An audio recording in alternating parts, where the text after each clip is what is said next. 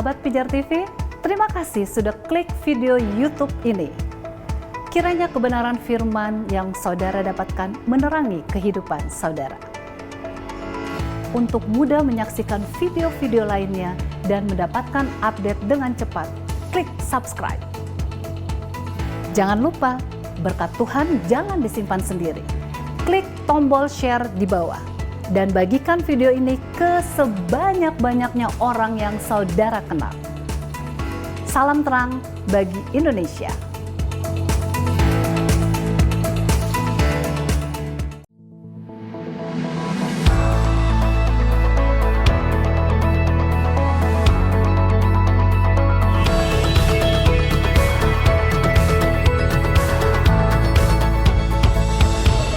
Shalom sahabat pijar.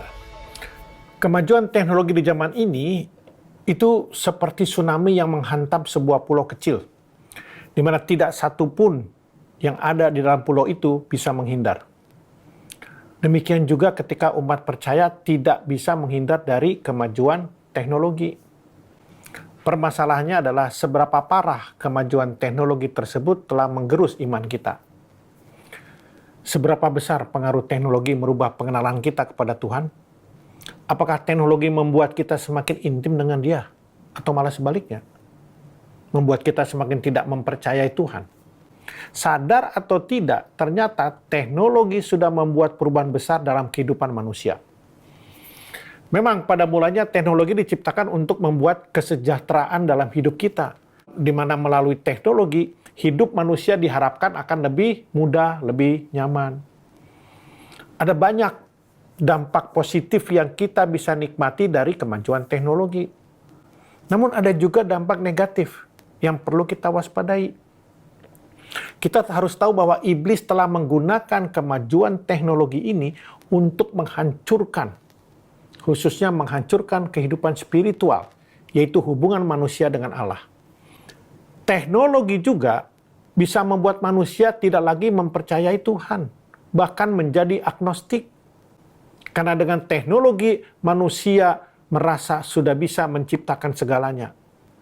Salah satu kemajuan teknologi yang saat ini dipakai oleh iblis untuk menghancurkan kehidupan manusia adalah sosial media. Nah, sosial media tentu sangat bermanfaat bagi kehidupan kita. Ada berbagai usaha maupun mata pencarian baru atau juga profesi baru yang ditimbulkan oleh sosial media. Misalnya apa? YouTuber, influencer, selebgram, maupun masih banyak lagi profesi lain yang akan berkembang melalui sosial media. Namun di sisi lain, sosial media juga bisa menghancurkan kehidupan manusia, baik dari aspek mental maupun spiritual. Berbagai kejahatan pun berkembang melalui sosial media loh. Orang bisa saling membunuh, tidak hanya membunuh secara fisik, tetapi juga bisa membunuh karakter. Bagi kehidupan orang percaya, sosial media bisa menjadi satu penghalang untuk bertumbuh dalam pengajaran-pengajaran yang benar.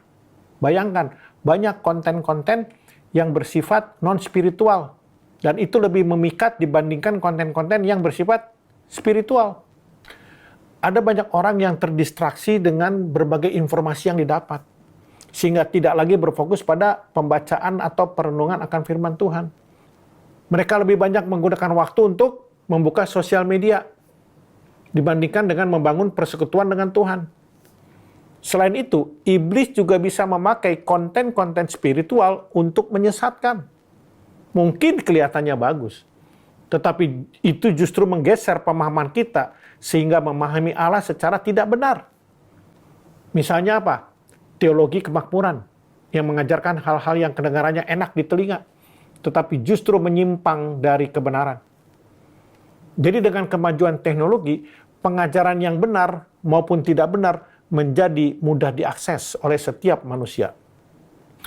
Bagaimana agar kita tidak tergerus dengan kemerosotan spiritual di tengah kemajuan teknologi saat ini?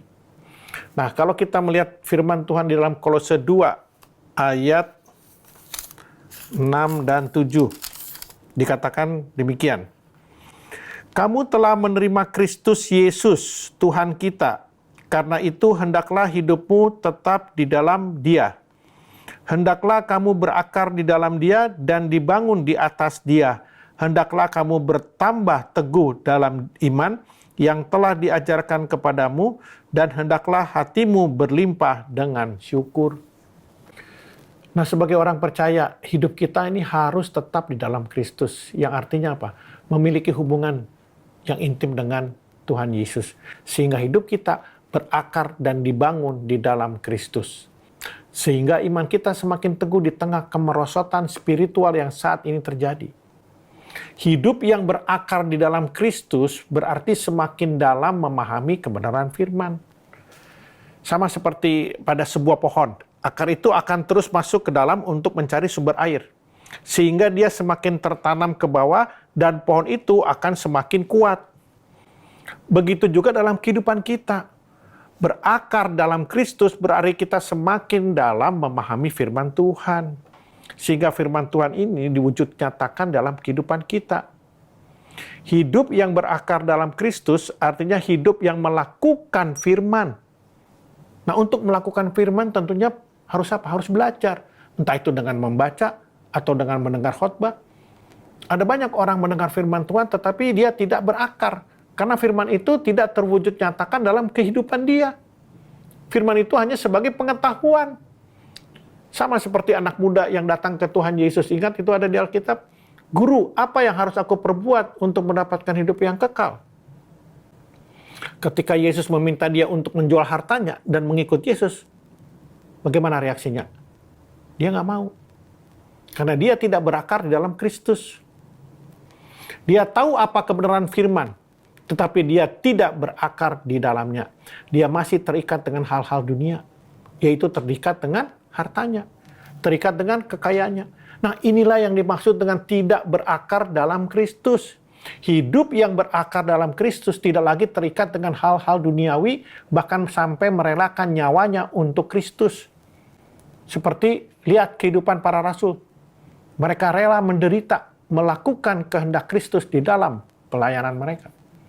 Orang yang berakar dan dibangun di dalam Kristus tidak akan terombang-ambing oleh kemajuan dunia. Dengan perkembangan teknologi, dengan kenikmatan dan tawaran-tawaran dunia, tidak. Karena dunia ini menawarkan kenikmatan yang menjauhkan kita dari Allah. Hidup yang berakar dan dibangun dalam Kristus akan berdampak menjadi teladan.